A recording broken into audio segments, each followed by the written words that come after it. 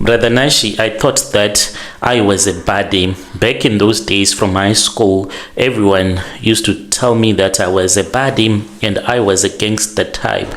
Because of what my cousin brother taught me, I thought that I was clever when I ended up robbing my Nigerian boyfriend and I had him deported back to his country in Lagos. We took his money and I thought that I had won.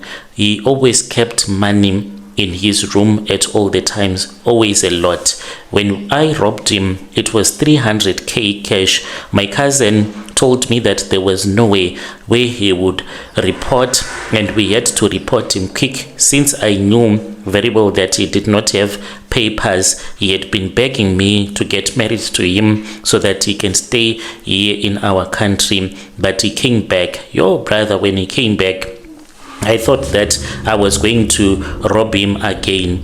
It happened, it was back in 2018.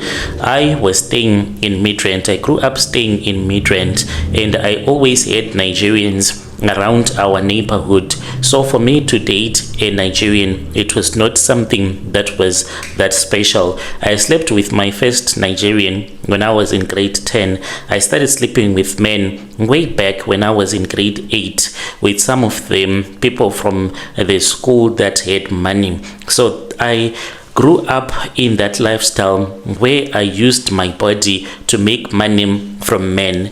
Then I met this Nigerian guy and I knew him more than anything. He loved me. He saw a wife in me, but he did not know that I was someone that was very dangerous. Most men, they don't even know this. When the woman that you are dating, if her relatives, her brothers, if they are gangsters, she will never be loyal to you more than the way that she is loyal to her gangster brothers. So most of these rich places that you end up hearing about them being robbed and having their cars stolen from them and having them killed, it is because of their girlfriends. These girlfriends of theirs is either their boyfriends, they are gangsters, or there is a family member somewhere who is a gangster, and when she passes on the information about the money that you have, this will have you robbed one day.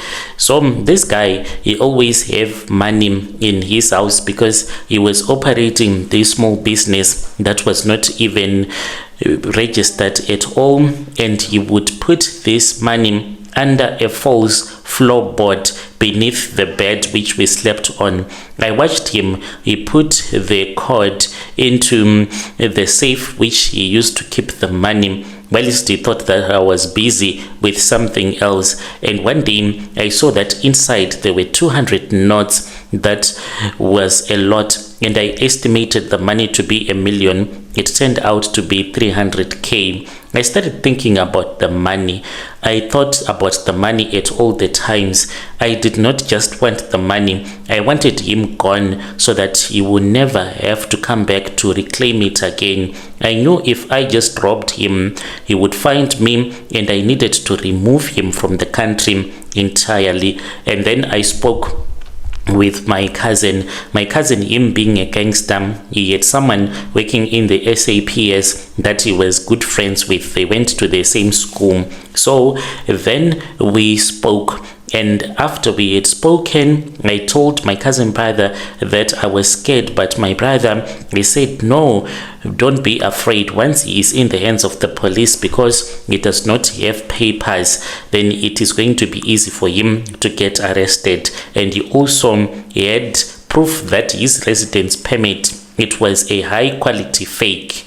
So it was on a Tuesday morning. Whilst I knew that the police were going to catch him, I told my boyfriend that I was going to the gym. Instead, I waited for him to be arrested, and after he had been arrested, then I took that safe and I opened it up with my cousin, and we counted the money. We gave some to the SAPS friend of my cousin brother, and we divided the money. Once we divided the money, 100k each, that was when I saw that 100k, it is nothing. I did not even do anything with it. All that I do was that I bought an expensive iPhone. This was a second-hand iPhone that I bought at an iStore close to 14k, and I had to do some shopping.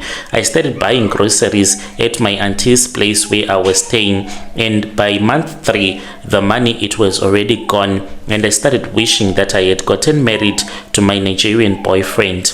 By late 2021, brother, I was just struggling. One thing about stolen money, it burns really fast, and I did not even know how to use it. I started to face a lot of challenges, and I had bad luck. On the second month, me and my friend, we went out driving. We were still in the location. I did not even have a driver's license. With all of that money that I had gotten, one would think that I would have gone at least to bribe someone so that I can get a driver's license, but I did not do such a thing. What I did was that I would be pouring fuel in friends' cars, then we would drive all over the place, me driving even though I never had a license. One day I failed to stop at the stop sign, then I bumped into the car of this other man whom I knew in the location. He fought with me, he was angry. I had to fix his car, and I had to fix my friend's car.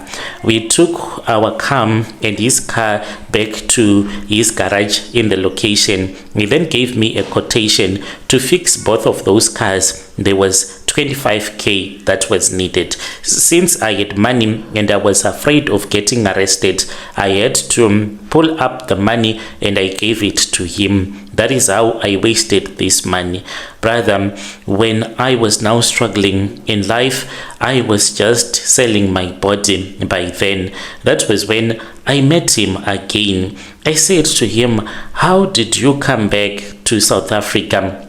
He told me that he had been deported. He returned back to Nigeria and he spent some time in Nigeria and he came back, and I was embarrassed because we met at this other restaurant, and close to that restaurant, that was where I was selling my body, and the way that I was wearing, I had gone to that restaurant because I wanted to see a friend of mine so that she can give me some change. And then I saw him. He was sitting there alone and he was eating. We spoke and he asked me what I was doing with my life, and I told him that I was busy selling my body. And I said, "How is it possible? You used to be someone that I considered to be wife material." And I started crying and I said, "When you left me with nothing." And then he asked me if I had seen the money that was in the room, and I lied to him and I said, "No, after you had been arrested, I was kicked out by the landlord.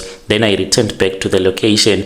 I don't know anything about the money that you are talking about." We continued staying together. After we had kissed and made up, it surprised me that this man, even though he knew that I had been prostituting myself, but here he was, he really did not even mind sleeping with me on that very same night. When we were staying with each other, that was when he told me that he was now a money ritualist. When he said that he was a money ritualist, I did not fully understand what he was talking about, but he had this habit of rubbing his ring on my head. Then I'll start to feel so dizzy in ways that I could not understand. He told me that in order for him to maintain his money, in order for him to stay rich, I was supposed to do the job that his sister was supposed to do. I said, "What kind of a job are you talking about?" He said to me, "As time goes on,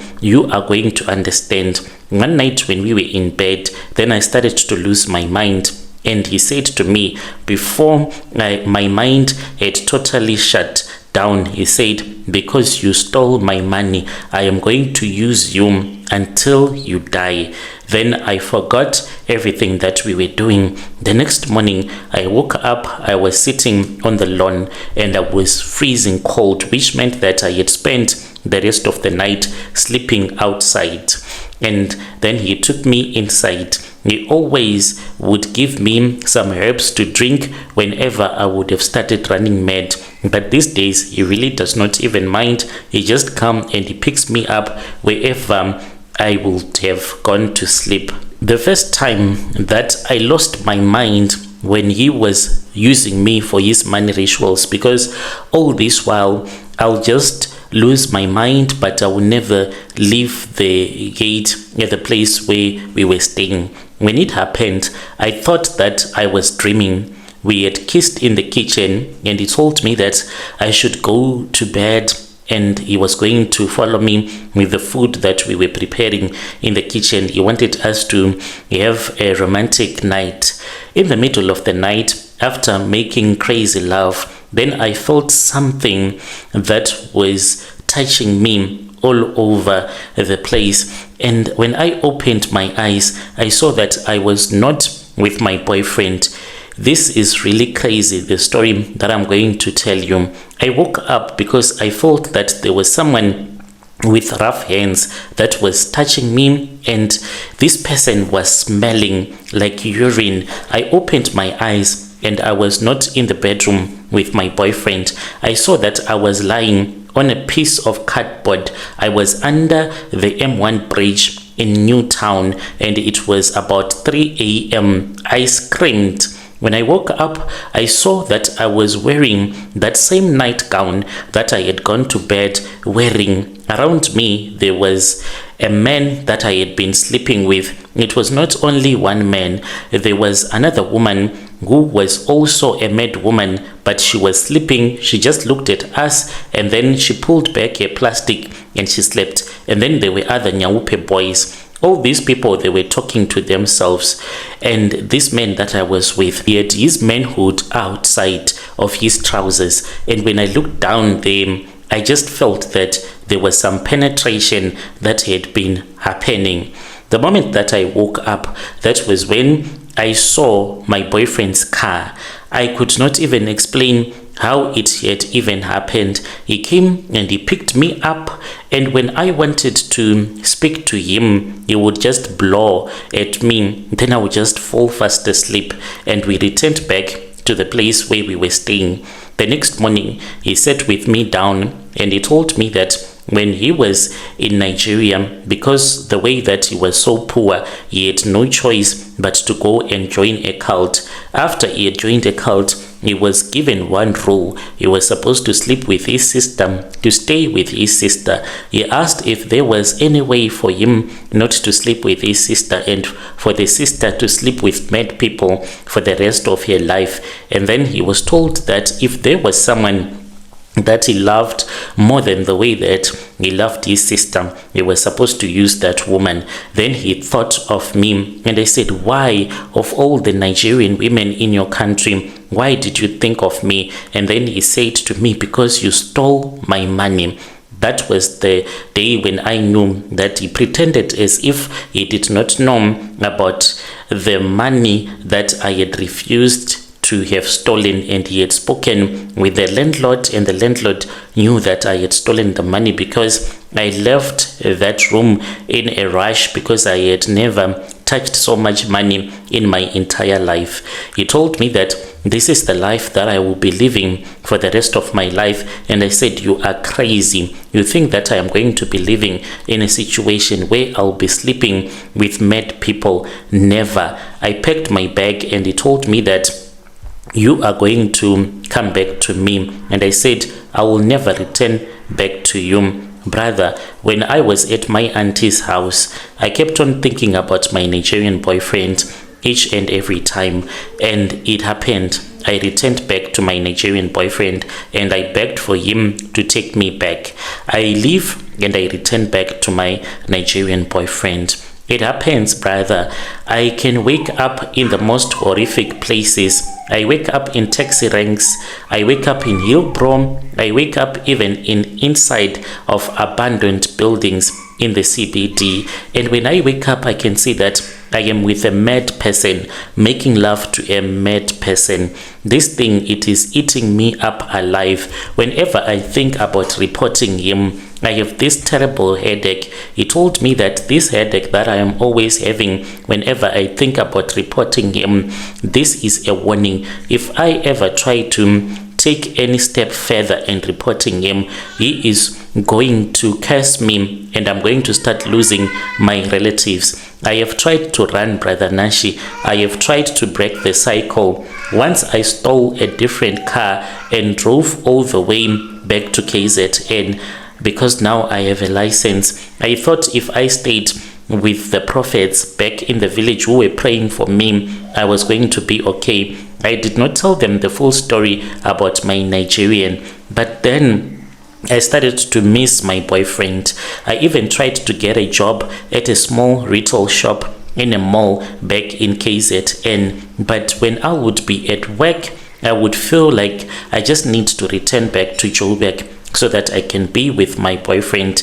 I have returned back to him after running away from him countless time, and when I return back to him, he welcomes me. He even goes out with me and he say, I love you, you're going to become my wife, and just know that me and you, we are going to be together forever. I am writing this, take it as a desperate plea. I am not proud of what I did. I know that I was in the wrong. There are people that are going to judge me. I was greedy, I was a thief, but no human being deserves a punishment like this. Is there anyone, a pastor, a sangoma, a prophet, who can help me so that whenever I start to lose my mind, the Holy Spirit can come and take over? Because as for now, the way that I am living my life, it is a very painful life to know that any Nyaupe boy, you can give it to him with the way that they are so dirty and smelling. When I am going crazy, I can't even choose. A Nyaupe boy is fine for me. I sleep with him 2-3 rounds under a bridge. Then the Nigerian man, he comes and collects me. He is not even angry about what I am doing. After sleeping with these Nyaupe boys and madmen, he also sleeps with me without me having to bath first. To all the girls that watch Brother Nashi's channel, don't ever think that you can steal from the Nigerian. You might get the bag, but I'm telling you, you are going to suffer. Please help me. If there is anyone who knows a sangoma that can assist me, I'll be following through in the comment section. Dear listeners, right there was a message that was sent to me by one of our dear sister. Let us try to speak with our dear sister in the comment section. Strange things indeed they do happen in this world. If you have ever stolen anything from your blesser, then bad things started to happen to you. Please do come to our inbox and then you share with us your own side of the story. Thank you very much for watching, as well as liking and commenting on the videos that we post, helping all of our dear listeners that bring their confessions. Let us meet again in the following episode.